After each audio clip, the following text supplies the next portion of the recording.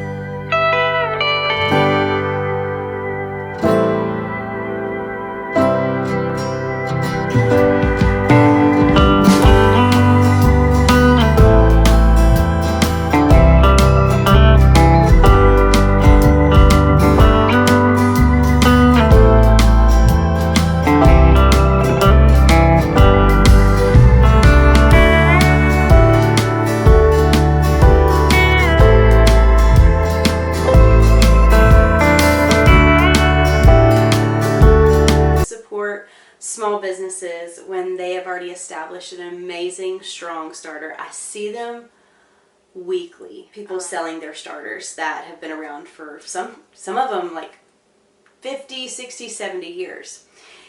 And I could have easily done that, and I even thought about it, but I wanted to really push myself this year, and that was literally one of my goals: start sourdough from scratch. And I knew that I was a possibility of failing, not once, maybe not twice, like a lot of times. I have just been very excited to actually get to this point a few months later and to share with you how a little bit of patience, a little bit of work, and you can have homemade bread at home, and it's so good. It's so good.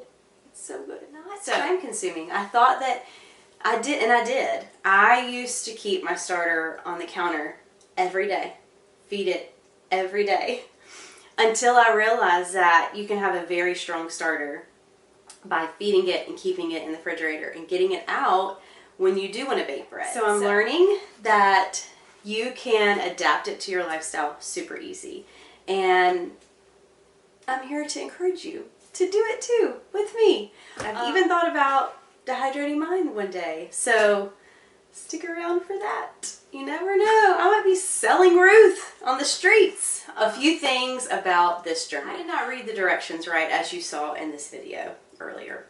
I don't know where and I even looked back and I didn't see where it was like clear, you know, from day 3 on, you have to discard half. And I don't know why I didn't think like, I'm going to have to keep getting a bigger bowl to fit all of this starter, because like adding a half a cup every day and a quarter cup, that's a lot for 5-6 days. So I should have known, but that's okay. It's still amazing and it still did great. So it just had to keep changing jars because it was growing out of control. I'm writing all of this up for you to read if you're a reader, and it will be on my blog. The correct directions of making your own starter and being successful, and not getting discouraged, because everywhere I read new sourdough bakers out there, some are months and months and months in and still have not got a successful loaf. And I do know and have read a lot that there is a lot of technique behind it. There is a lot of like science and percentages and things that you really should follow. Baking is more of like an equation. If you think of it as an equation, 2 + 2 = 4, but so does 3 + 1. And what I'm trying to say is every little component, even if it's different, it can still have a really good result. You just have to find what works best for you. And I think I'm almost there. Like I said, I'm working on my water percentages, especially now in the summer and it's hot and it's humid. I don't know why I'm wearing a sweater. Might be a little, I don't know, send help. But it's hot and humid here, so I've really got to work on water percentages, because I think that is affecting the structure of my dough, especially when proofing. So I'm doing everything literally by the book when it comes to mixing, when it comes to the stretch and folds and timing.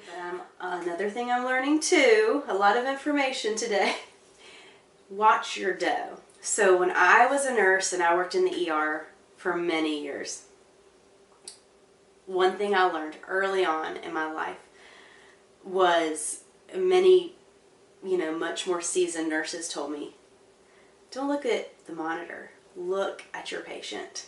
What is going on with your patient? You can't treat a monitor, but you can treat a patient. Like that is the same with it's not the same. But with baking, look at your bread. I know the directions said 4 hours, but you could only need 2 hours, or you might need 7 hours. when you're proofing your dough. Do you know what I'm saying? So, it's all a learning experience. And I think that's the fun part of it, because you put so much heart and soul into this beautiful piece of art and work that is going to bless others. That's good. That's good for my soul. So, anyway, bread making is beautiful. And I'm just excited for this journey. And we're successful. Look, 2 months in. And we're making loaves that look like this. And loaves that look like this. That's awesome. And you can too. So come along. Come follow me. I'm a newbie. I'm a baby little baker. But we all gotta...